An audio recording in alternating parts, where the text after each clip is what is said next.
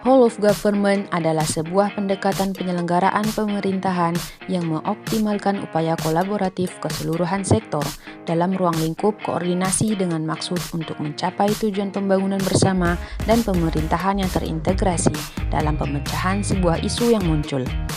Adapun yang menjadi fokus dari whole of government adalah pengembangan kebijakan, manajemen program, dan pelayanan publik.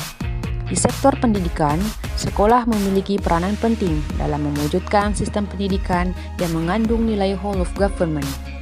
Sekolah harus mampu mengembangkan kebijakan serta memiliki manajemen program yang berorientasi pada optimalnya pelayanan publik yang diberikan. Wacana pembelajaran tatap muka di sekolah-sekolah di Kalimantan Barat memerlukan kerjasama semua pihak terkait agar dapat berjalan optimal. Dalam konsep whole of government, agar pembelajaran tatap muka dapat berjalan dengan baik, diperlukan upaya kolaboratif agar pengembangan kebijakan, manajemen program, dan pelayanan publik dapat berjalan selaras dan optimal.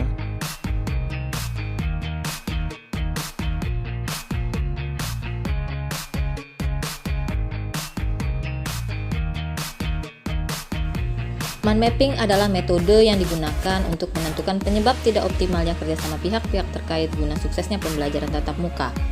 Dalam konsep WOG, semua pihak harus terintegrasi, dan dari skema ini dapat dilihat terdapat beberapa masalah mendasar yang menyebabkan proses belajar mengajar dengan PTM tidak dapat berjalan optimal. Salah satu syarat agar PTM berjalan optimal adalah guru harus sudah divaksin.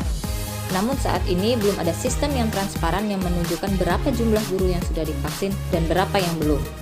Dalam konsep WOG, kondisi ini menunjukkan bahwa manajemen programnya belum optimal karena data-data dari pihak terkait belum terintegrasi. Masalah kedua dapat dilihat dari segi skema pelaporan, yaitu belum jelasnya alur pelaporan. Masyarakat, orang tua, pemerintah setempat seperti desa, kelurahan, dan kecamatan bahkan sekolah memilih fungsi sebagai pengawas kegiatan. Namun, kemana mereka harus melapor ketika menemukan pelanggaran belum ada kejelasan. Padahal, laporan sangat penting dalam hal pengembangan kebijakan. Penyebab yang ketiga adalah terkait dengan masih banyaknya sekolah belum memiliki SOP prokes khusus terkait PTM untuk ruang lingkup sekolahnya sendiri. Padahal, hal tersebut sangatlah penting karena setiap sekolah memiliki kondisi yang berbeda-beda. SOP prokes akan erat kaitannya dengan penyediaan sarana dan prasarana di sekolah yang juga bagian dari pelayanan publik. Jika masalah-masalah tersebut di atas tidak segera dicarikan solusinya, dicegah atau diantisipasi, maka akan muncul dampak-dampak seperti proses belajar mengajar di sekolah atau tatap muka di sekolah bisa dihentikan. Dengan demikian, anak-anak menjadi kehilangan semangat belajar, kedisiplinan, bahkan tanggung jawab tugas sekolah dikerjakan oleh orang tua, hingga akhirnya kesulitan untuk mengukur hasil pembelajaran. Lebih parahnya lagi, penyebaran virus COVID-19 akan tetap menyebar dengan luas. Dengan analisis SWOT, dapat dirumuskan hal-hal apa saja yang menjadi kelebihan, kekurangan, peluang dan tantangan yang nantinya dapat digunakan sebagai pencarian alternatif pencegahan atau tindakan antisipasi sebagai bagian dari solusi penyelesaian.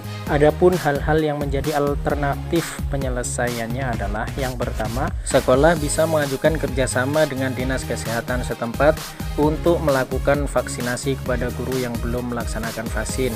Selanjutnya, dinas kesehatan setempat bisa berkoordinasi dengan dinas pendidikan, meminta bantuan untuk berkoordinasi dengan sekolah-sekolah terdekat dalam ruang lingkup kecamatan untuk diakselerasi target vaksin di lingkungan pendidikan. Dengan demikian, manajemen program bisa berjalan optimal. Yang kedua, sistem pelaporan bisa dilakukan secara internal terlebih dahulu. Sekolah bisa memanfaatkan sosial media seperti WA grup orang tua, menjangkau masyarakat lebih luas. Jika terdapat laporan, segera diperbaiki. Baru kemudian sekolah membuat laporan terperinci terkait proses pembelajaran tatap muka di sekolah untuk dilaporkan ke dinas terkait, sehingga pengembangan kebijakan dapat berlangsung dengan optimal. Yang ketiga, SOP protokol kesehatan terkait pembelajaran tatap muka harus ada. karena ini erat kaitannya dengan sistem serta sarana dan prasarana yang harus disediakan oleh sekolah sebagai bagian dari pelayanan publik. Sebagai langkah awal bisa menggunakan SOP yang telah disediakan oleh dinas terkait, kemudian diadopsi dalam lingkungan sekolah yang lebih kecil. Sekolah memiliki fungsi dan tanggung jawab sebagai penyelenggara pendidikan. Dalam kaitannya dengan pembelajaran tatap muka, sekolah memiliki andil yang sangat besar untuk memastikan pembelajaran tatap muka berjalan optimal. Namun tentunya dengan upaya kolaborasi dengan pihak-pihak terkait akan memudahkan proses pelaksanaan sekaligus ikut andil dalam akselerasi penanganan pandemi COVID-19 di Indonesia.